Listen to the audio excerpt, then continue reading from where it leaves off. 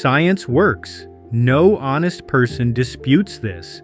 Modern medicine, quantum mechanics, molecular biology, the engineering feats of the 21st century, these are the products of a method that has been extraordinarily productive for 400 years.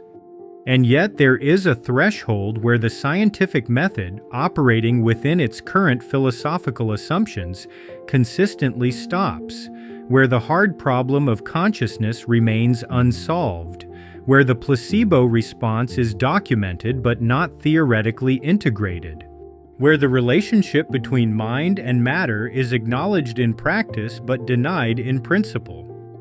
The Cayce readings do not reject science. They propose something more interesting, that science has been operating on a set of philosophical assumptions that are too narrow for the full range of what it is encountering, and they point toward a different set of foundations. Today we examine what those foundations would look like, and who else was already building toward them.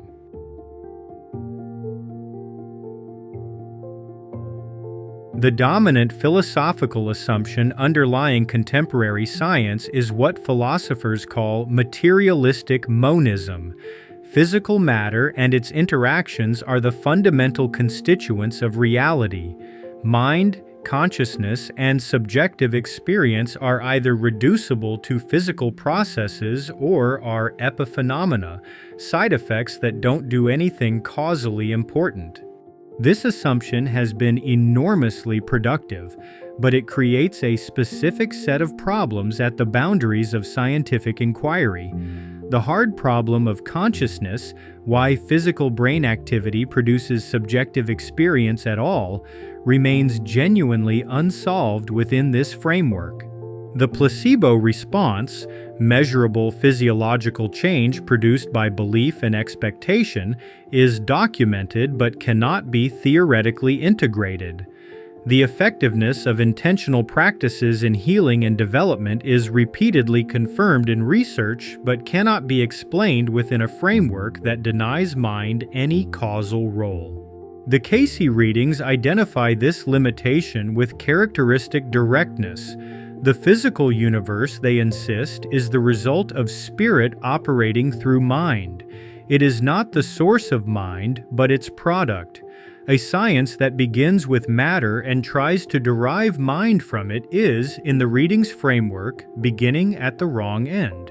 This is not a rejection of science. It is a proposal about where science should be looking and what it should be looking with.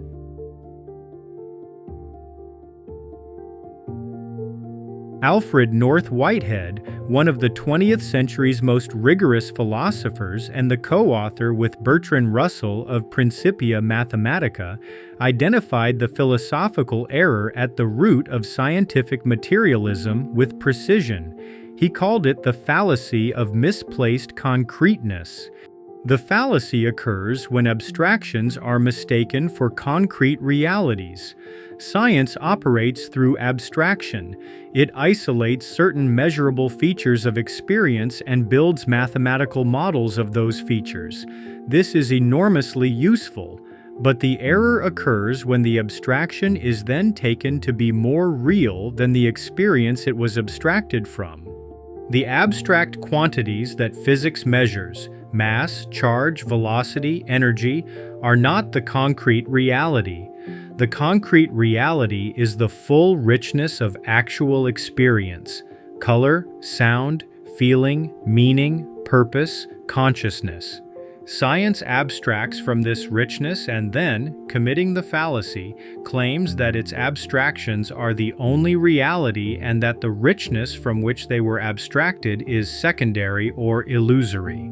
Whitehead's alternative, process philosophy, proposed that experience, not matter, is the fundamental category.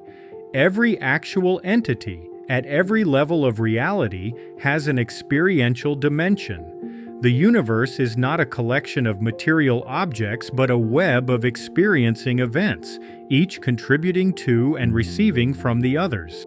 This is a philosophical position far more hospitable to the Cayce Readings framework than materialistic monism. and it was developed by one of the century's most rigorous philosophical minds.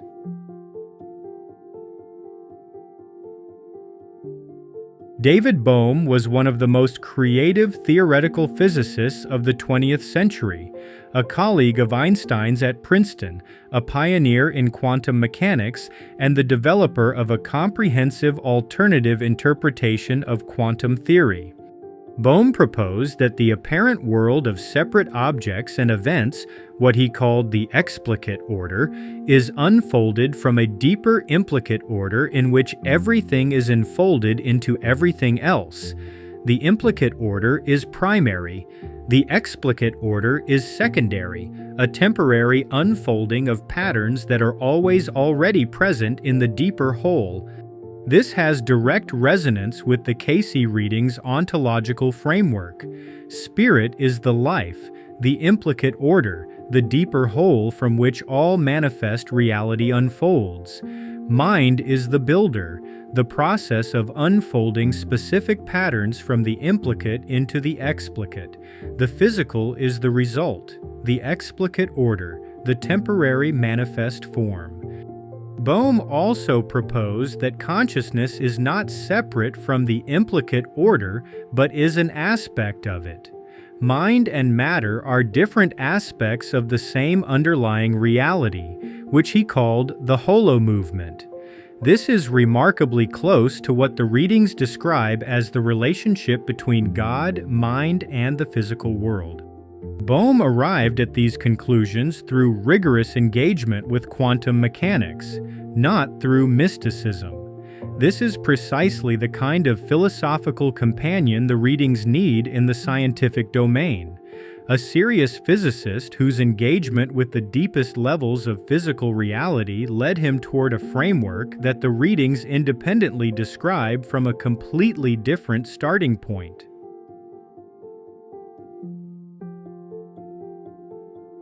William James, America's greatest philosopher and the founder of the pragmatist tradition, contributed two philosophical tools that the readings' relationship to science specifically requires. The first is the pragmatic criterion of truth.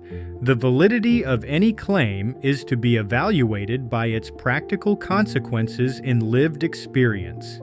Not by correspondence to a theoretical model, not by logical derivation from axioms, but by what it produces when applied. The readings apply exactly this standard to themselves throughout the entire body of channeled information. The second is radical empiricism, the proposal that philosophy and science should take seriously the full range of human experience, not just the sensory experience that physical instruments can measure, but the full spectrum of conscious experience, including mystical, psychical, and transpersonal experience. A philosophy that excludes large portions of human experience from the category of legitimate evidence is not genuinely empirical. James spent years investigating psychical phenomena precisely because a genuinely empirical philosophy could not dismiss them without investigation. He concluded that the evidence for certain forms of non-ordinary knowing was substantial enough to require a theoretical account. The Cayce Readings are, in this framework, exactly the kind of evidence that radical empiricism takes seriously, and that selective empiricism systematically excludes. The readings explicitly recommended James's work to seekers. The philosophical affinity runs in both directions. James's pragmatism and radical empiricism provide the epistemological framework within which the readings' claims can be taken seriously as evidence rather than dismissed as anecdote.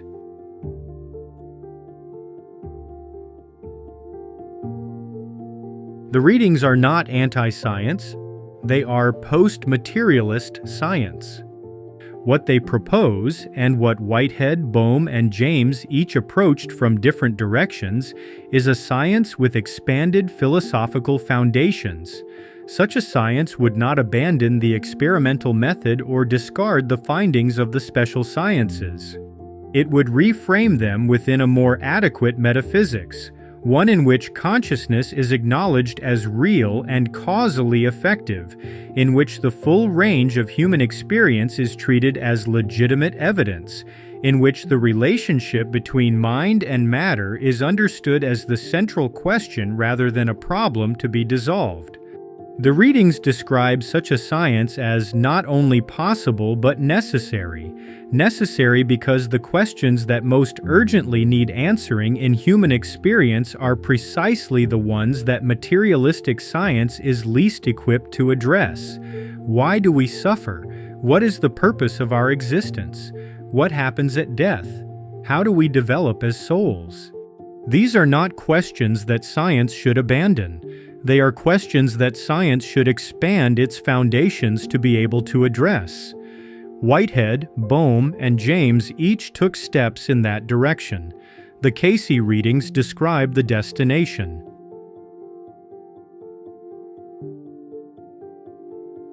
Science at its best is the honest, rigorous investigation of reality. The question is whether the philosophical assumptions underlying contemporary science are adequate to the full range of reality that human beings actually encounter. The Cayce readings, Whitehead's process philosophy, Bohm's implicate order, and James's radical empiricism all point in the same direction, toward a science that takes consciousness seriously as a fundamental category, that treats the full range of human experience as legitimate evidence, and that understands mind and matter as aspects of a deeper unity rather than as fundamentally separate substances. That is not a retreat from science. It is an advance toward the kind of science that the full complexity of human experience has always been asking for. Think of one area of your own experience, a healing, a creative breakthrough, a moment of knowing that exceeded what your sensory data could account for, that the current scientific framework cannot adequately explain. What would a science look like that could take that experience seriously as evidence?